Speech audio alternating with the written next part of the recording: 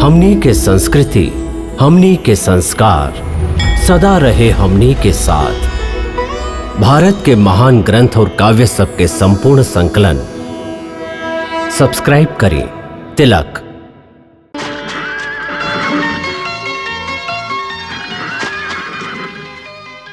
वही तरह मन भी क्षण क्षण में एहर ओहर फुदकत रहेला। एगो चंचल घोड़ा के लेखा मन भी बहुत चंचल होखेला और ऐसन चंचल मन के काबू कईल उतना ही कठिन है जैसे कोनो मुहजोर घोड़ा के काबू कईल। ऐसन घोड़ा के काबू करे खातिर सवार जितना ही जोर लगावेला, घोड़ा उतना ही विरोध करेला और बार बार सवार के ही गिरा देला। बाकी यदि सवार दृढ़ संकल्प होखे तो अंत में उहे चंचल घोड़ा पर सवार हो जाला। बस फिर उहे घोड़ा सवार के इशारा पर चलेला।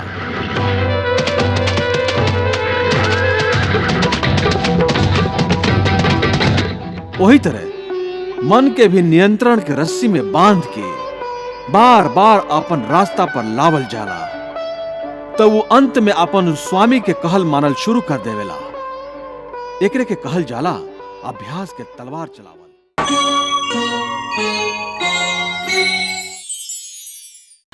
जब अभ्यास के तलवार से ही मन ठीक रास्ता पर आ जाए तो फिर वो दूसर वैराग्य के तलवार के का जरूरत है?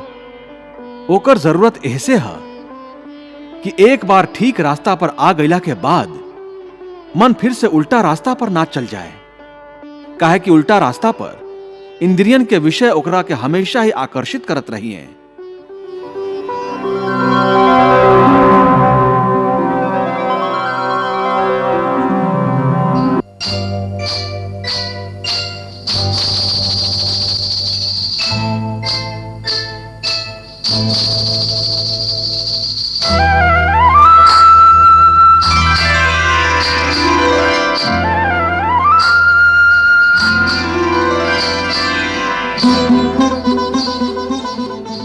झूठ, भोग, विलास और काम के तृष्णा ओकरा फिर अपन ओर खींच सकेला। ऐसे मन के समझावल जरूरी है कि उस सगरे विषय भोग झूठ है, बेकार है, योग माया के द्वारा उत्पन्न होखे वाला मोह के भ्रम है। मन जब यह सत्य के समझ ली तो ओकरा विषय से मोह ना रही बल्कि उनका से वैराग्य हो जाई। और यह वैराग्य के तलवार के काम है कि वो विषय के मोह के काट के मन के सन्यासी बना देवेला। मोह से विमोहित जब बुद्धि तेरी भली भांति मोह रूपी दल दल को पार कर जाएगी। लोक परलोक से संबंधित भोगों के प्रति तब तेरे मन में विरक्ति भर जाएगी। वासना की वासना रहेगी तेरे पास तनिक, मन स्थिर हो जाएगा, कामना मर जाएगी रे अर्जुन। मन के स्थिर होने पर आत्मा ये परमात्मा रूपी सागर में उतर जाएगी। परमात्मा रूपी सागर में उतर जाएगी। प्रभु, विषय के आभास त मनुष्य के इंद्रियन के माध्यम से होखेला और भगवान श्री कृष्ण विषय के मोह के त्यागे के कह रहल बाड़न, त का मनुष्य इंद्रिय के प्रयोग कैल ही छोड़ देवे? ना देवी, विषय के मोह के त्यागे के ये अर्थ नहीं है कि मनुष्य इंद्रियन के प्रयोग कैल ही छोड़ देवे।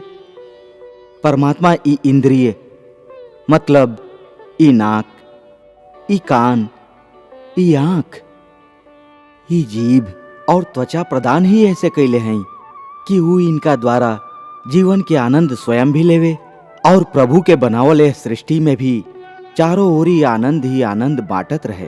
प्रकृति सृष्टि में रंग, रूप, रस, संगीत, स्पर्श और तरह तरह के सुगंध के रचना यही खातिर कैले हैं कि प्राणी उनका से सुख पावे।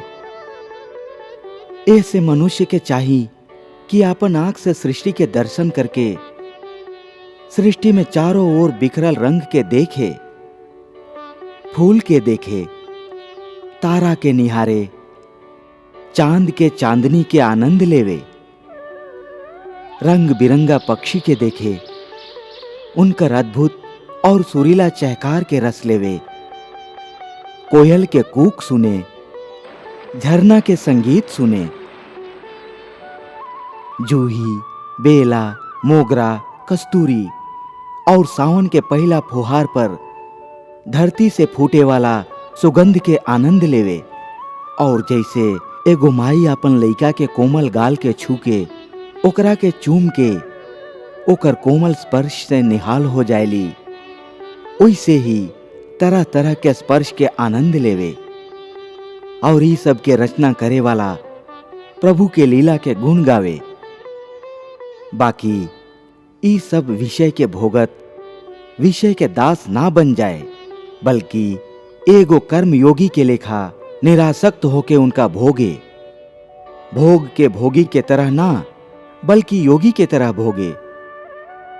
और ऐसन करत समय संयम और संतुलन के ना छोड़े।